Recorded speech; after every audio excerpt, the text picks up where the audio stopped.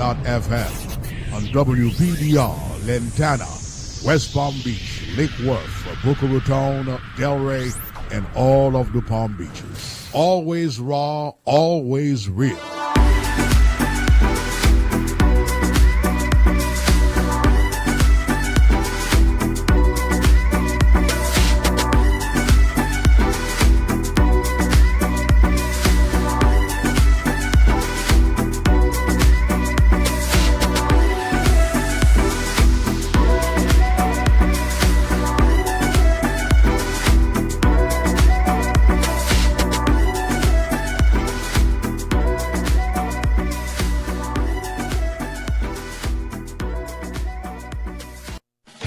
Recovery Radio Raw is a registered trademark of the United States Patent and Trademark Office. Any unauthorized use of Recovery Radio Raw and its entities, well, that's strictly prohibited. Recovery Radio Raw. Not your ordinary 12-step recovery radio show. We tell it like it is. No holds barred, 12-step recovery, solution style. Where we are not afraid to tell the truth, the whole truth, and nothing but the truth when we share our experience, strength, and hope. Now, join your host, Indian Bob, and his guests getting edgy to the down and dirty of the raw, the real, the recovery. 12-stepping it recovery solution style. Right now, it's R to the third power. It's your triple R. Indian Bob's Recovery Radio Raw, baby. Alrighty. Welcome aboard to Recovery Radio Raw. I am your host, Indian Bob, and we are a 12-step talk radio show. We discuss the 12-step solution to addictions of all types, such as booze, drugs, gambling, sex, food, and many other addictions and disorders, and the co-occurring mental health issues that go along with them. I want to invite everybody to join us on recoveryradio.fm, our live Facebook feed. Those of you listening on 97.5 FM, 96.1 FM, and 1340 AM, welcome aboard here in sunny South Florida. My guest this evening, though, happened to be on the extreme left coast, which is in California, not the left coast of Florida, but in California. Let me welcome them aboard. Dr. Elena, how are you? Hi, good. How are you? I'm doing great, thank you. So I see smiling faces. Tell us a little bit about yourself, and then we'll get on with our topic, which, of course, is psychology. It is that you guys are the surgeons of the soul. That's true. Well, I'm Dr. Elena Kapustina, and this is... I'm Dr. Dan Hoffman. Dr. Dan Hoffman. We're with Iris Healing Retreat. We're a 6-bed boutique residential facility in Los Angeles area, focusing on dual diagnosis, basically co-occurring disorders and underlying issues of addiction. Very strong clinical, doctorate level clinical team, and that's all we do. We get to the bottom of it. Surgeon of the soul. I really like that line. When you sent that over, I said, that's going to be the topic. It's absolutely perfect. I think that a lot of people who enter into recovery from addiction have a tendency of protecting their souls. They really don't want people to delve too deep into it because of the pain that's involved in it. So, and you guys have a great background in trauma, correct? That's right. Yeah, that is one of our primary focal points here, is helping people work through those traumatic things that have happened to them, both really big, extreme traumas that most people think about when they think about trauma, and also the smaller day-to-day and even developmental traumas that people may have experienced growing up. Well, and even when clients, we're just preparing clients for treatment, we talk to them about it and we say, listen, first few weeks in treatment, you will be just getting out of your fog and clearing up, and then you will start feeling. And a lot of people, you know, in addiction, they don't like to tolerate their feelings and emotions. And that's why the flight risk is so high on a week 2 or 3 when they start feeling. It's very uncomfortable, and dealing with their emotions and dealing with their trauma and dealing with their mental health issues. It's a very uncomfortable and deep work, but we try to contain it and make it as comfortable as possible. Yeah, and anytime we're visiting our emotions after such a long escape in active addiction where we avoid all of the emotional aspects, the emotional flooding takes place. But there's also some trauma, I believe, in the developmental stages of recovery when we're starting to learn how to handle those emotions and experience them and have the ability to handle them. You feel that's the same? Yes, definitely. Okay. And that's why it's so important. Like we say, just getting sober is very easy, but to stay in recovery and dealing with emotions and feelings going forward is really complicated. We compare it to getting married. It's very easy to go into court and get married. It takes, 2 minutes, or you can do it online nowadays. And it takes really, really long work to stay in marriage. So same thing with getting actually sober and being in recovery. So our whole program focuses on giving people skills, coping skills, to go on with their life and be sober and deal with situations that they face in life. Right. So you're kind of introducing them to themselves in a way where they're building that relationship with self. Prior to any other relationship or marriage, I think the relationship with ourselves needs to mature before we can really get on with our lives. I think that's absolutely the case. I think there's a lot of separation from self that can happen, and a lot of pain and confusion that can come from that separation.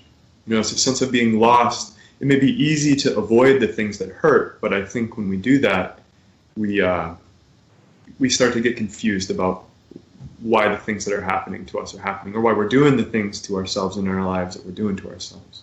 So you mentioned the fog, and I don't mean to cut you off, but I want to go back to the fog because as a psychologist, what determines the length of time as far as it takes to get that fog eliminated, do you believe? It really depends on multiple factors. It depends on drug of choice, length of use, and so forth. Let's say if it's benzos, it takes really, really long time, and it depends on amounts. If it's somebody who has a history of methadone maintenance, high doses of methadone, Suboxone, it literally can take from a few weeks to a few months to get out of that. But opiates and alcohol, that's probably usually 5 to 10 days, sometimes up to 2 weeks.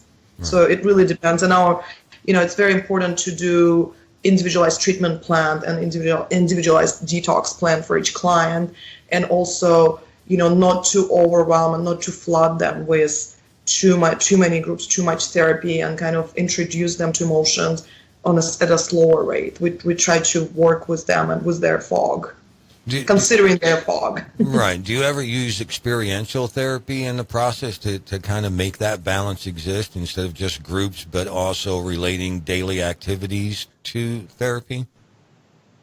Yes.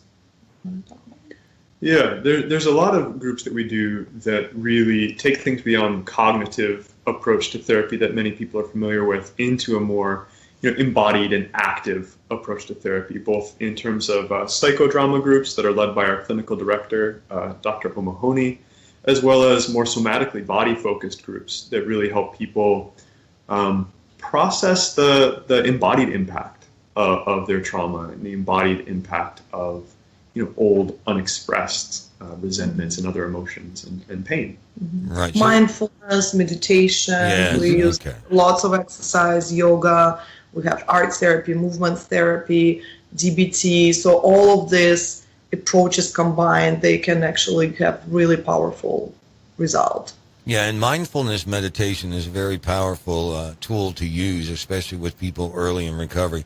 I'm also a certified sound healer, so I do things like crystal singing bowls and drum circles and that kind of stuff for just for the vibrational aspect. We have it in our living room. It's powerful, and we do meditation, sound bath meditations too. It's very, very powerful. Wow, that sounds cool. Bob, do you do any didgeridoo? I like to include a little bit of that in my sound therapy. That is a tough one. I've heard it. I've seen people doing it, and I can pick up any musical instrument I want and be able to play it, and yet that's one that it makes very difficult for me. It is one of the hardest things, I think, instrumentally that I've picked up. You'd think it's just a hollow tube, but right. What goes playing something else entirely. But it's absolutely amazing when you see somebody who's very well informed and they can play it well. It is just an unbelievably moving experience when you listen to someone who really knows how to play it. And again, I tried several times and it sounded more like I was spitting into it than anything else. Well, that is what it is at first. But yeah, you spoke about that vibration that it brings in. And, Right. Means that in the bowls and even vocal work and things like that. It really helps take people to a really wonderful place. And out of their mind too, and kind of in a higher kind of dimension.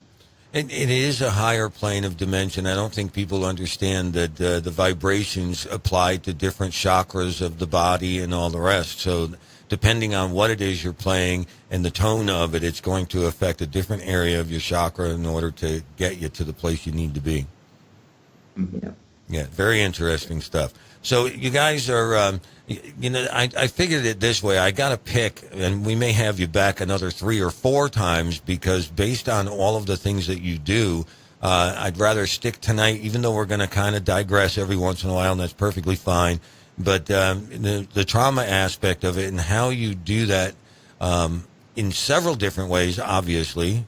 So what are, do you think, the most common traumas that you deal with as an actual true diagnosis? And before you answer that question, give out your URL so we can put it up in our live Facebook feed and people can find your website and your location and all of that. Can you do that real quick and then we'll carry on?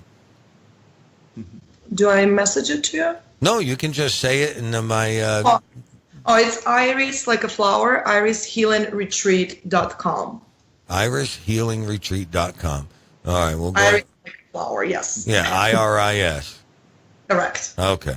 Thank you. I'm familiar with flowers. So what do you deal with most? I mean, other than addiction itself being a trauma, what do you think the biggest treatment of trauma is for you when it comes to active addiction and alcoholism?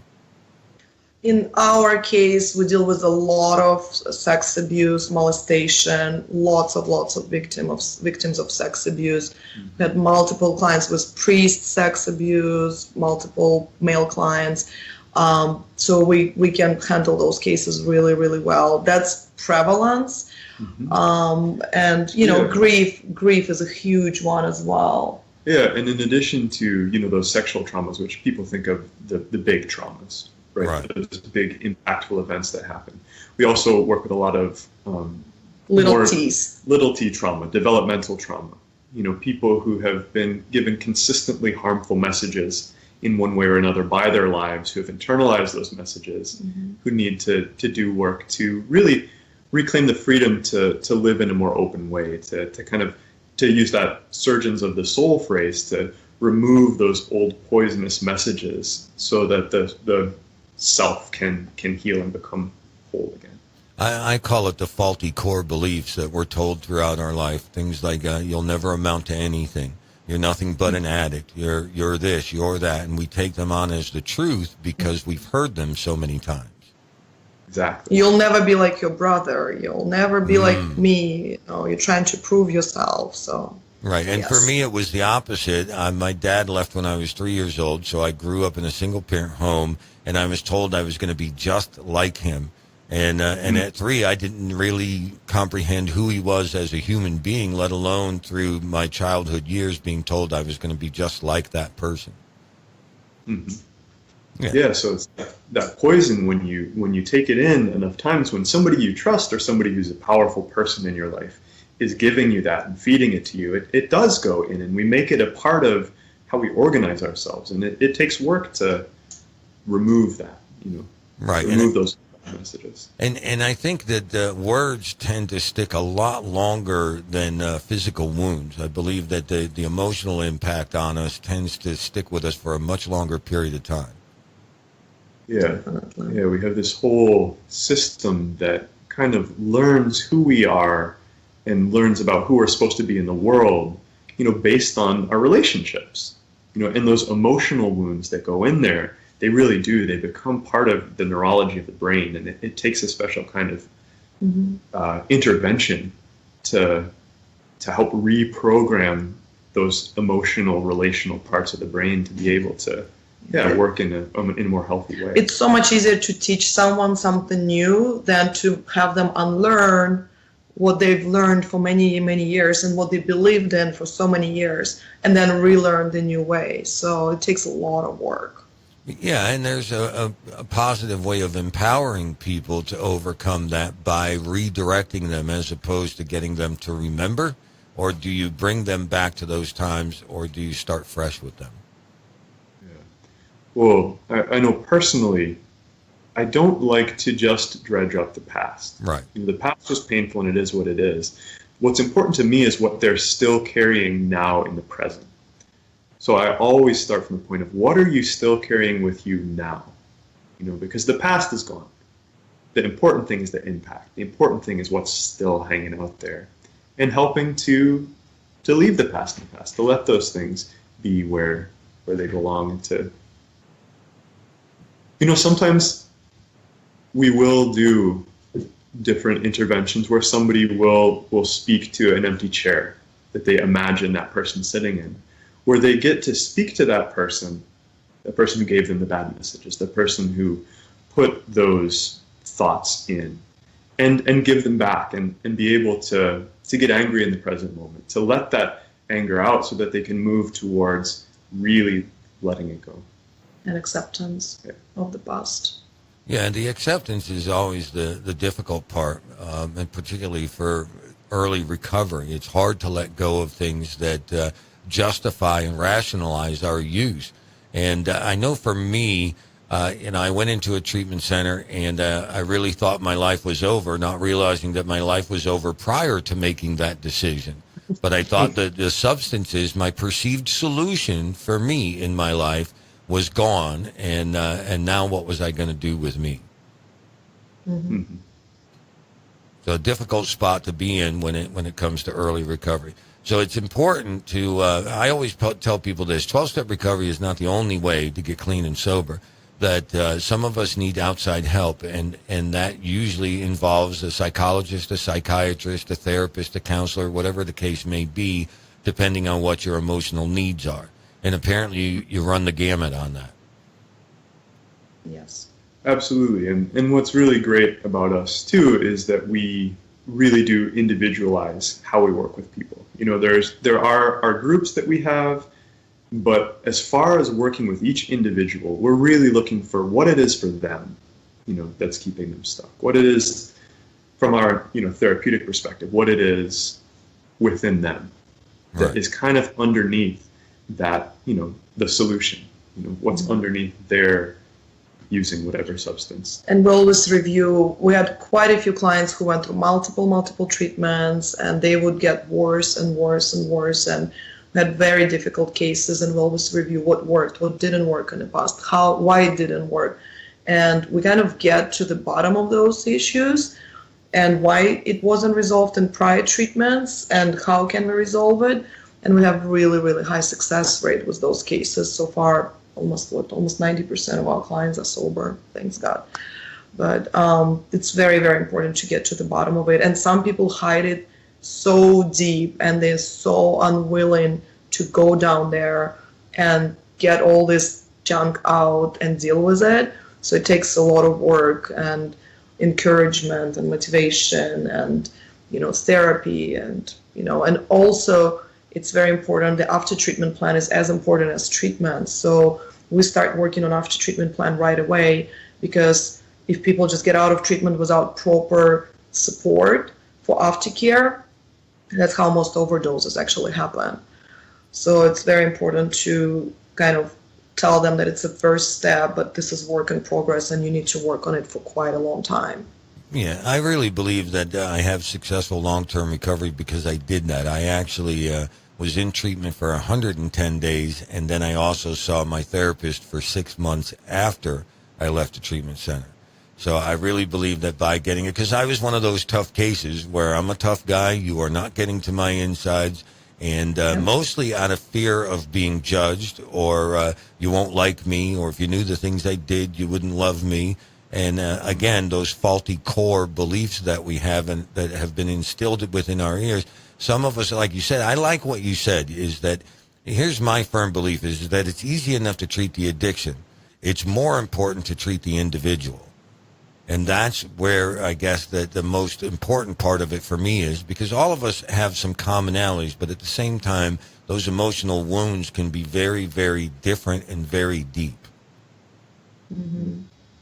And you said 110 days. Yes. It actually sounds like most successful cases are 90-day treatment programs. Mm-hmm. It takes the first, 30 days to get out of your fog, and then the next 30 days you start diving into your mental health, whatever issues those are, trauma, and then next 30 days you kind of maintain and learn how to live with it happily and quality of life and so forth. So 90 days is really, really great term, and I think it's really important for for long-term success. Unfortunately, 30 days is very common right now because it's insurance-driven, not treatment-driven, but 90 days is the most successful, actually, term. And when it comes to the insurance companies, I'm not even going to get into the insurance companies because a lot of times nowadays, it's like they don't want to pay for anything. And they look at the recidivism rates across the country, not just here in South Florida and South California. They look at the recidivism rates and then they make their own decisions based on what they're going to cover and what they're not. And yet, if they would cover a 90-day treatment period, they might find that the recidivism rates would greatly reduce themselves. Mm-hmm. Absolutely. Yeah, it's a better chance of success. I mean, come on. 30 days of treatment is just an awakening. It's not even, it's just getting you aware of things. There's so much more on top of that, and yet then they're cut loose. And, if they don't go to an IOP or some form of continuum of care, then, it's easy to sink back into it. There's no healing. Yeah. Definitely. So do you believe, how long is your program? Just a 30-day program?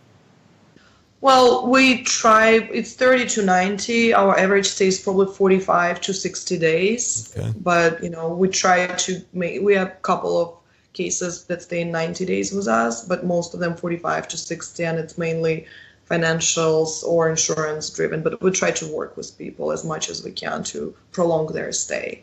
Yeah, and that's always a great benefit to them. I know I argued every time they told me I should stay. My first thought was, okay, I'm done, and I need to get back to work. And they kept reminding me of my history. They said, well, that's what you normally do. Why not make an investment in you? And I kept agreeing, and apparently it worked out well because I've got over 15 years in recovery, and I'm still here. Congratulations! So, yeah, something worked. It's awesome. So, when you talk about the small traumas, we are going to take a commercial break shortly, but I want to talk more about the developmental small traumas that we have to overcome, which do involve those faulty core beliefs. And we'll do that right after this. Don't go away, or I'll come looking for you.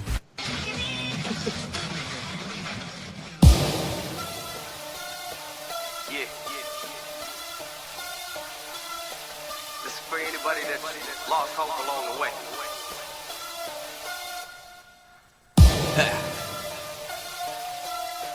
Listen to the words as I speak them out. And if you don't like it, call your sponsor. Yeah, let me make this real clear. Never in a million years thought that I would be here. Yeah, you think you wanna live that life? I don't really think so. You gotta stand up and fight. Yeah, let me make this real clear. Never in a million years thought that I would be here. Yeah, you think you wanna live that life? I don't really think so. You gotta stand up and fight. Using's not an option, it's deadly and it's toxic. I know it's hard to put it down, I know it's hard to stop it. So I started searching for a new life and a way to live. Yeah, I went through struggles, withdrawals, was dope sick. Finally broke them chains, so I'm free, he can't control me. No more hiding in the dark, I finally faced reality. Never been normal, so I don't even know what it is or how to deal with the situations that I'm facing. Without putting something in my body just to ease my mind, I do not dare to try. It might be my last time. This epidemic has got all these people dying in the streets. Every day's another tragedy, another rest in peace. How many more people need to die before you realize that you gotta put it down? Cause you just might not survive. That person was someone's father, the other was someone's daughter. Time to find a local dope dealer, hang about the slaughter. Yeah, let me make this real clear. Never in a million years thought that I would be here. Yeah, you think you wanna live that life? I don't really think so. You gotta stand up and fight. Yeah, let me make this real clear. Never in a million years thought that I would be here. Yeah, you think you wanna live that life? I don't really think so. You gotta stand up and fight. The chain around my neck symbolizes when I put it down. That is the day I decided to turn my life around. You can judge me, I don't care about me anywhere, cause I changed my ways, boy, that ass whooping I was fair. Productive member of society, now that I've gotten clean. Now I got these blessings flowing in just like a river stream. Found a higher power, now I see his work and I believe. Now I'm not walking around blind, cause I can finally see. If you don't believe me, then please just answer this question. Drugs ever gotten you except possession? Homeless, kicked out in the streets, and now you can't even eat. If you keep going down this road, you gonna be obsolete. You don't have to use, there is a new way to live. Only way to keep what I receive is that I gotta give back to the people and show them that they can do it. This is part of my struggle, hope that you can relate to it. Yeah, let me make this real clear. Never in a million years thought that I would be here. Yeah, you think you wanna live that life? I don't really think so. You gotta stand up and fight. Yeah, let me make this real clear. Never in a million years thought that I would be here. Yeah, you think you wanna live that life? I don't really think so. You gotta stand up and fight. It takes several sources of energy to bring you energy. There's natural gas, nuclear, solar, and something else. What led us to go green before it was fashionable and reduce our dependence on foreign oil back in 2001, all while standing up for the American values we hold dear. You must have a source of energy that's pretty darn special. Florida Power and Light. Hey guys, James Sweezy here, real quick. If you're experiencing daily fatigue or having trouble sleeping, I found a product that was designed to help improve symptoms associated with post-acute withdrawal syndrome. TheLiquidRecovery.com provides supplements designed by people in recovery for people in recovery. The AM formula helps to improve energy and supports natural relief from brain fog. The PM formula helps support natural sleep so you can fall asleep and stay asleep, and it helps reduce feelings of anxiety or irritability. The folks at TheLiquidRecovery.com want to be clear that this product will not get you clean and sober. It's simply another tool for your toolbox to help combat fatigue and sleeplessness. Order now at www.theliquidrecovery.com and be sure to enter the discount code RADIO for free shipping. That's www.theliquidrecovery.com. James Sweezy, I'm out.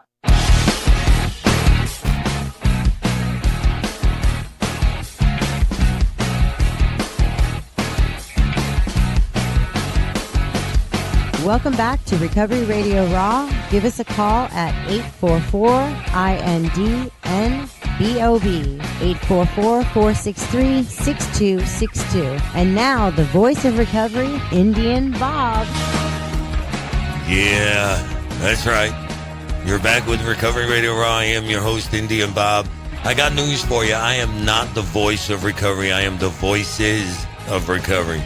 Everything you hear on this show has been given to me and contributed to me to who I'm becoming on a daily basis. And evolving in our recovery is a vital piece.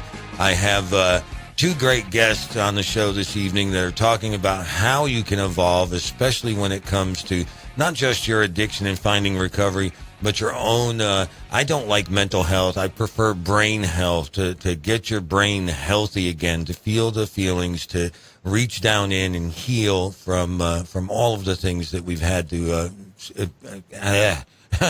live radio, all of the things that we've had to feel throughout our lives, and yet we find a way that we can feel a lot better about ourselves by healing through all of the trauma and the emotional sickness that keeps us captive. So Dr. Elena, welcome back. And I keep forgetting to welcome the good doctor next to you back. He's got a great radio voice, by the way. Oh, thanks, Bob. Yeah, and you're not even like up on the microphone. I can imagine if we got you live in the studio, you might steal my job. Well, I wouldn't want to do that, Bob. You do great work over there. He wouldn't get PhD in somatic psychology in order to do that, I think. Well, I would love to. Well, that may be a distinct possibility for sure. But, you know, one of the things that I think sway people away from psychologists and psychiatrists and therapists and counselors in general is that they don't believe that they're human. And, you know, you guys are really brain people, right? And you're trying to get deep into us, and we don't like it. So how do you bring about that ability to reach somebody inside, or as you called it, Dr. Elena, the surgeon of the soul? How do you get in and get ready to operate with individuals that resist it? Well, I think that is one of the things that's probably most challenging about working as a therapist, is establishing a person's feeling of trust and safety in the process. Because so much of what people have experienced is judgment, is criticism from other human beings in their life, or a feeling of being talked down to. Because honestly, I think when you come to a therapist, even some therapists tend to be a little bit in that one-up position. But it's really important, I think, to, like you said, to just be a human being who can be caring and who can do their best to be empathetic and help a person to really feel like anything that they could say would be okay. You know, even to say, you know what, I don't trust you. If somebody can tell me that, I feel great about the process, because it means that they're telling me what's really going on for them. Well, they're telling you the truth. Exactly, and that's anything that we can do as therapists to help someone be comfortable enough to tell us the truth is what lets the work happen. Well, and that is a big challenge. I know, again, I was one of those hard cases. I resisted every group in the treatment center. And the guy who was one of the counselors, his name was Bob also. They used to call it the Bob and Bob show because I was constantly competing with him. Now, I was actually in an institution at the age of 15 for 2 years. And they did Rorschach testing and wires in my head and all kinds of other things. And they determined that I had a genius IQ, and that was my problem. So I would play that game with the therapist because he kept saying he had 2 degrees. And I'm going, I got news for you. I got Einstein's IQ. I'm smarter than you. Well, I don't care about your degrees. How are you going to tell me how to stay clean and sober? You know, what's the deal with that? So I fought it every step of the way, because I didn't want anybody getting inside of me. You know, and it's interesting too, Bob, that you mentioned that, because I see so many incredibly intelligent people coming into treatment, because it really impresses upon me again and again how it's not something that, you know, you can't be smarter than it, because it's not about intelligence. It's about those, you know, those wounds, those emotional wounds, those bad messages that you talk about that people take on. Right.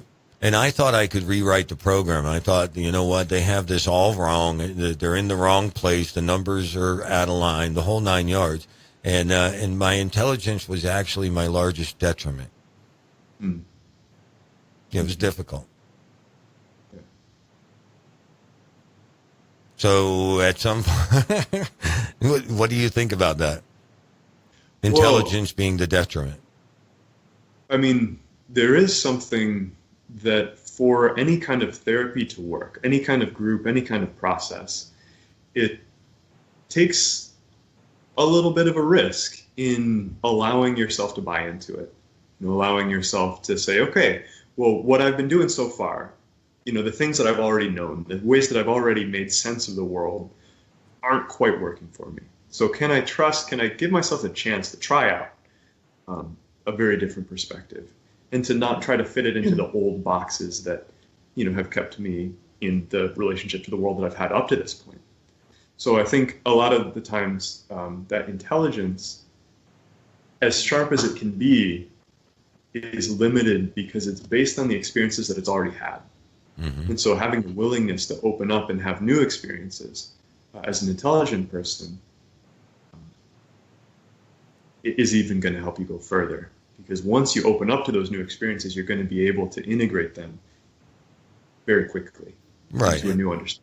Yeah, and what we usually tell our clients, we have quite a few clients like that resist, and they've seen it all. They have multiple degrees, very high functioning, I know it all. I've been to therapists, I've been to treatment, I've heard it all. They get into this analysis paralysis kind of thing. And we always tell them, we try to join and say, we understand, you know it all. Why don't you just be open, be here to support others, and just see what comes your way? Because I know we know you know it all, but for some reason it didn't work for you. How is it working for you so far? You're still relapsing, you're still struggling, you're still having issues. So why don't you just be open and just see what comes your way, and give yourself that gift of acceptance, whatever you can learn here. Right.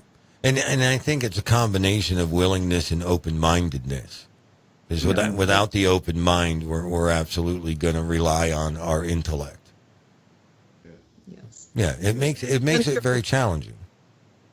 Yeah, and we encourage them to you always thinking, you always come from your head. Why don't you try to come from your heart this time?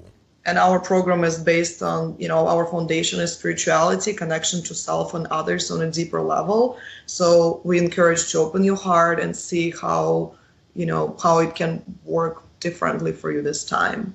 What I say is try taking the 18-inch journey. That means taking everything you know in your head and bringing it to your heart. The 18-inch journey. Mm-hmm. I like that. Yeah, it's very important for us because a lot of times we can intellectualize things, but can we really feel them? And that's the important part. Yeah. I can be as smart as I want, but if I lack common sense or I lack feelings such as empathy or compassion or any of those things, it's going to make it very difficult. And I didn't have compassion or empathy for anyone. I was an apathetic individual because I had been hurt so badly emotionally with all of those faulty lies that were told to me that I didn't care about other people. And today I like to say I'm a sociopath who likes people. Yeah, I think it does become difficult to open up into compassion when we have been hurt. Mm-hmm. Because those kind of things, we talked about the developmental traumas. They're the things, the armor that gets built up just shut against down. feeling and against the world, because a lot of times we didn't have the right kind of environment that would encourage us to be able to process emotions and work through things on that level in a healthy and supportive way. Right, not a very clear, healthy aspect of role modeling or parental mirroring as far as morals and values go. Those kinds of missing components can certainly. I didn't think there was any possibility of being a dad or anything else. I will tell you that during the commercial break, you saw one of my sons wheel himself over and get on camera. And that's my son, Brandon. He's 13, soon to be 14. I also have my son, Daniel, the 16-year-old in the studio with me. I have 9 children, 4 girls, 5 boys, and I'm a dad. And I remember my wife asking me one time, she said, how did you become this great dad without an example? And I simplified for it. I said, listen, I just do what I wished a dad would have done with me. So now not only do I get to do those things with my children, but I get to now experience them too. So that little kid who grew up without a dad is now experiencing the very things with his own children and doing them. That's a great role modeling. Well, it's something I didn't know, but somewhere instinctually, I believe that by doing the things I always wanted a dad to do, I came through. Mm-hmm. Mm-hmm. I think on a deep level, we know as human beings what we need from the people who are important in our lives. And that's part of why it hurts so bad when we don't get that, when we get something very different. And so I think everybody's got that seed of healing that's there, that we know what it means to have a fulfilling emotional life. So it's just helping people get in touch with that and really follow that and honor that part of them that knows. I want to read a comment to you on our live Facebook feed. Tina says, my ex gets into rehab and wants to help everyone else instead of breaking open his own pains and traumas. I've already been to treatment. I know what they'll say. I know the steps. I just help others. I think that's him being so hard-hearted and who has never really looked face-to-face with the issues that bring him back to relapsing. What do you think? Well, I think I've seen a lot of really good helpers come into treatment, and they're people who are so good at doing, kind of, in a way, what you just said, of giving other people what they never got. So a lot of times the people who are the most helpers are the people who never learned how to take in for themselves, who never learned that they were a person who was equally as deserving of care as every person who they would give care to. And so I think absolutely it can be a challenge to help a helper help themselves or receive help from and it's also a distraction.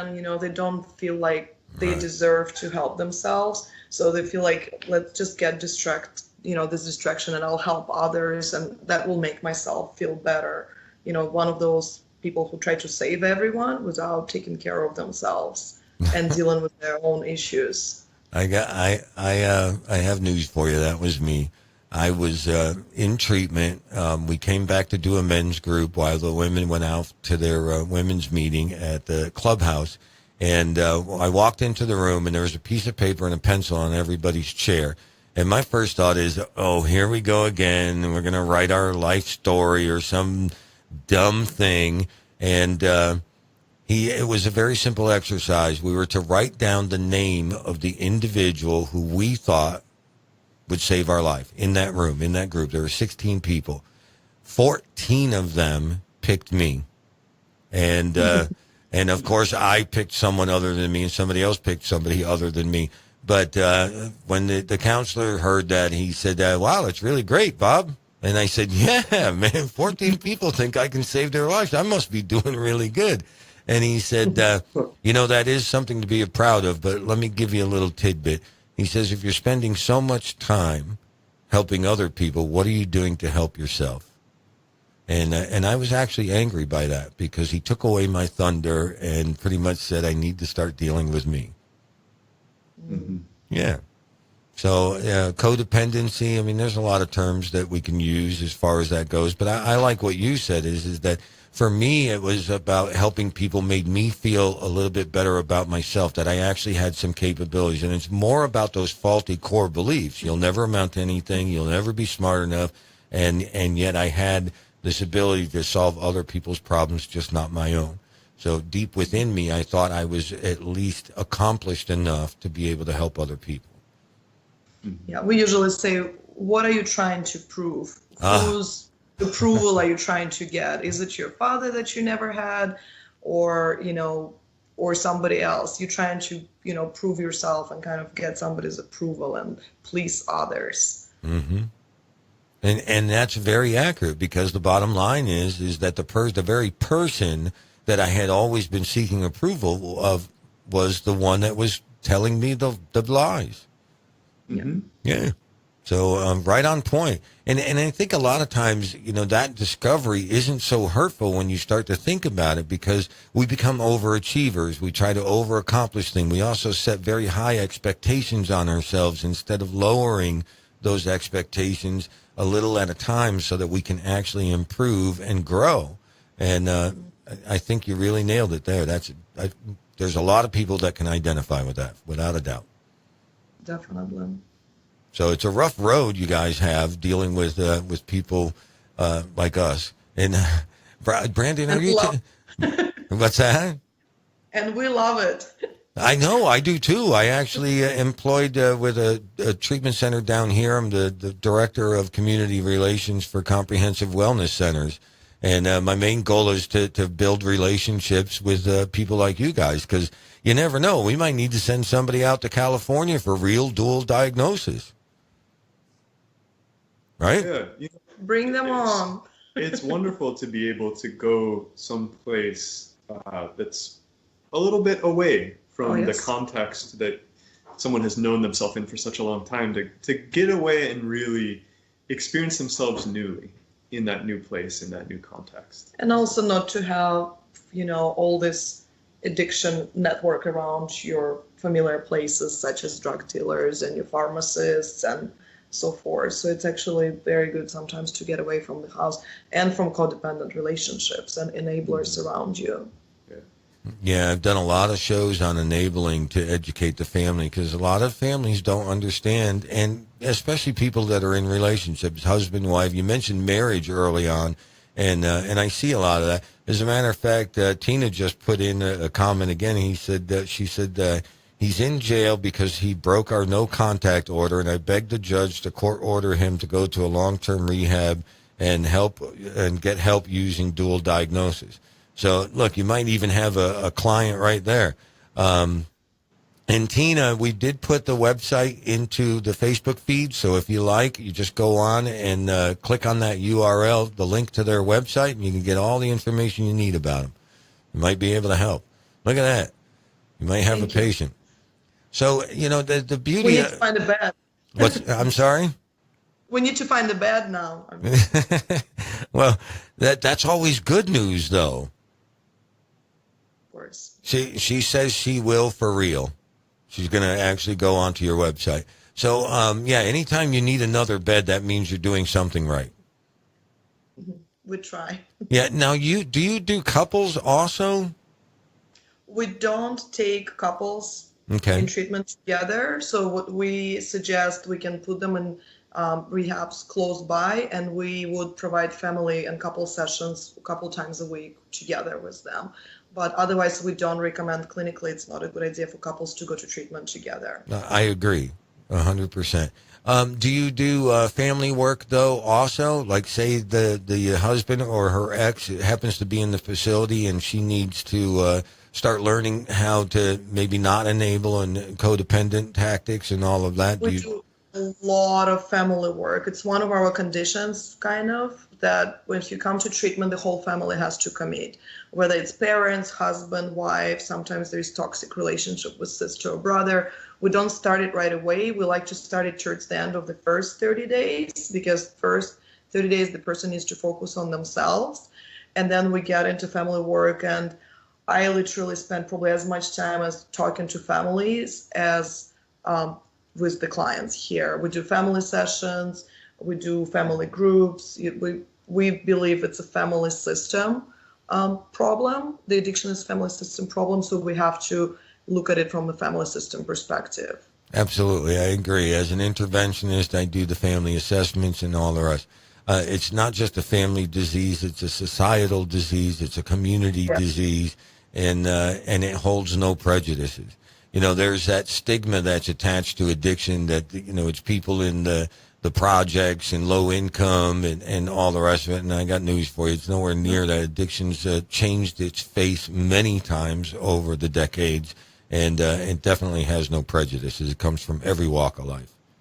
We get a lot of high-profile professionals here, and as you said, and it's a lot of professional people, a lot of high-functioning people, good families, good financials, but it doesn't discriminate. Addiction doesn't discriminate, and also more and more we see, which can be another hour conversation, the prescription drugs. More and more people get into accidents, have injuries, get painkillers, and next thing you know, 3 months later they addicted. Right, and it's very, very common nowadays. I've worked with law enforcement firefighters who suffer injuries and trauma, and I end up having to intervene at some point, because that's exactly what happens. They start taking these prescription painkillers, and next thing you know, they can't get rid of them. And I just want to give Veronica kudos here. Veronica, saying that to Ryan is absolutely beautiful. Addiction is a physical, spiritual, and emotional disease, without a doubt. And that's why we're talking about what we are tonight, is that Dr. Elena and her staff get to the emotional and spiritual aspect of recovery. So and not just on a surface level, the fact that you mentioned all of the different musical things and meditation, and mindfulness meditation is a very powerful method, especially for people to get some inner peace so that they can start. I think inner peace, if you can get that first before you address the internal emotional issues, that you get a little more comfortable with yourself. I think you probably make better progress. Definitely. Yeah, because it builds to be able to just sit with yourself and be at peace sitting with yourself really makes it possible to be at peace sitting with the difficult parts of yourself. Right. I would like in the future to do a separate session on just mindfulness. It's worth a separate, really long discussion, because it's just so powerful. and so underutilized still, unfortunately. Yeah, sadly enough, it is, and I do it with different places. Of course, I don't do it now because I'm with a single place, but I plan on bringing some of that mindfulness meditation to the program, along with the sound healing and that kind of stuff, because I find that when I do those things, people really get in tune with themselves. And I don't know if you've ever done the crystal singing bowls, but if you do that in a group, it is amazing how good people feel when you're done with it. It's absolutely astounding. We have it in our living room, so we do it in groups. We do it when somebody just needs to ground. We do the red root chakra one just for a quick tune-up. If somebody gets upset, it's a really good tool, and it just balances you out so quickly. You snap out of it. Yeah, sometimes I just do it in. I have a studio at home, and a man cave, if you will. I have a little house away from the house, and sometimes late at night when I'm trying to unwind and get my head to shut down, that's what I do. I just grab one of the bowls and I play it, and next thing I know, it's morning. So it does work well. It does get you centered, and being able to center yourself and find that balance is a vital piece. I think that once we become comfortable with ourselves, there's a maintenance aspect to that. And so mindfulness, meditation, music, whatever the case may be, helps to continue to keep us centered. Mm-hmm. Correct. And this is something where we teach our clients from very beginning that what we do here, this is not just for you to do a treatment and leave. This is something you carry over, when you wake up, do a little bit of a breathing exercise and just gratefulness exercise that we do here every morning. Do a mini meditation. If you can do it yourself, just go on YouTube and do the guided meditation. Continue doing what you do here, because that will keep you afloat. That will keep you going, exercise, reading, all of those things. Continue on the ongoing basis, and that will really, really help you to cope with everything out there. Okay. Do you have an 800 number that people can call? Yes, it's 844 1-IRIS. Word 1-IRIS. What are the digits? 844 1-IRIS. The digits. So it's 844 ONEIRIS. ONEIRIS, correct. Okay. 844 1-IRIS, correct. Okay. 841? 844. Oh, okay. All right. Well, mine's the same. It has 844, so I wanted to make sure. So that's cool. So you got an 800 number people can call. Your website's up there. And hopefully they'll find you. Hopefully you'll get a call from Tina. That's why I asked about the 800 number. I'm sure if she went to the website, it's on there. But that's always a vital piece. I got to tell you, when I think about all of the aspects of this, there's many more conversations that we could have had tonight, and we kind of covered a good chunk of a lot of things that you do, and on a surface level. So I think that if I have you back, we want to get a little deeper into some of the processes that you do with trauma, especially, and then the emotional evolving that goes along with mindfulness, meditation, and some of the other things that you do along those lines. And as a true dual diagnosis, I want you to tell me what you believe from your own experience of doing what you're doing, what you believe true dual diagnosis is. Did you hear me? Yeah, we were just deciding which one of us wanted to jump in first. Well, chime in, both of you. Yeah, so to me, the dual diagnosis and really working with dual diagnosis is addressing the wounds that are there, addressing the issues that are there that people are coping with through the use of some external substance. Like, to me, a lot of the times, a metaphor that I like is to imagine a splinter that's in really deep. You can learn how to, say you had a real bad splinter in your foot. You can learn how to walk with a crutch and get around with a crutch pretty good. But until you really take that splinter out, until you help clean out whatever infection has developed around it, you're not going to really be walking. You're not going to really be able to run.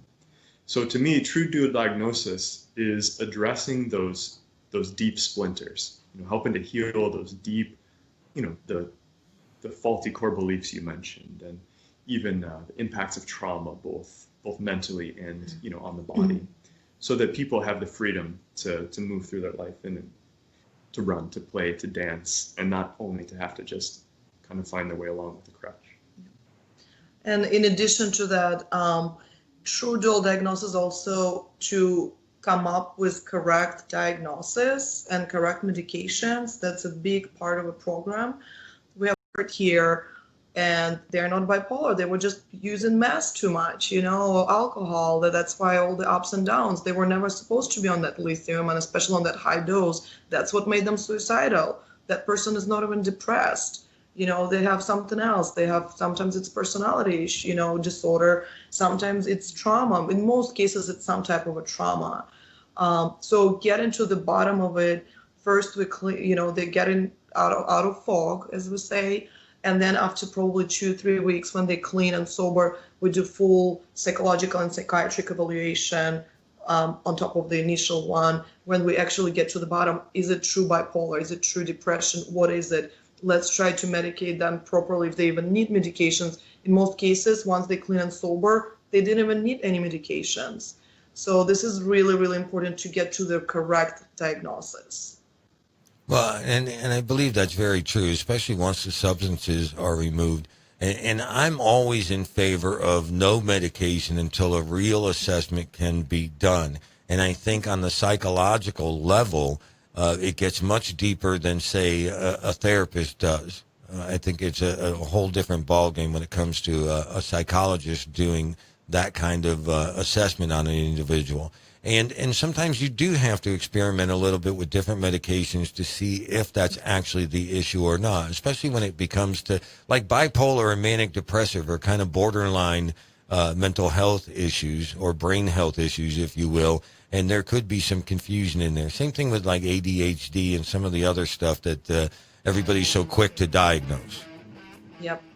All right. So we can get into that again. That music that you hear right now means that we're coming to the end of our time.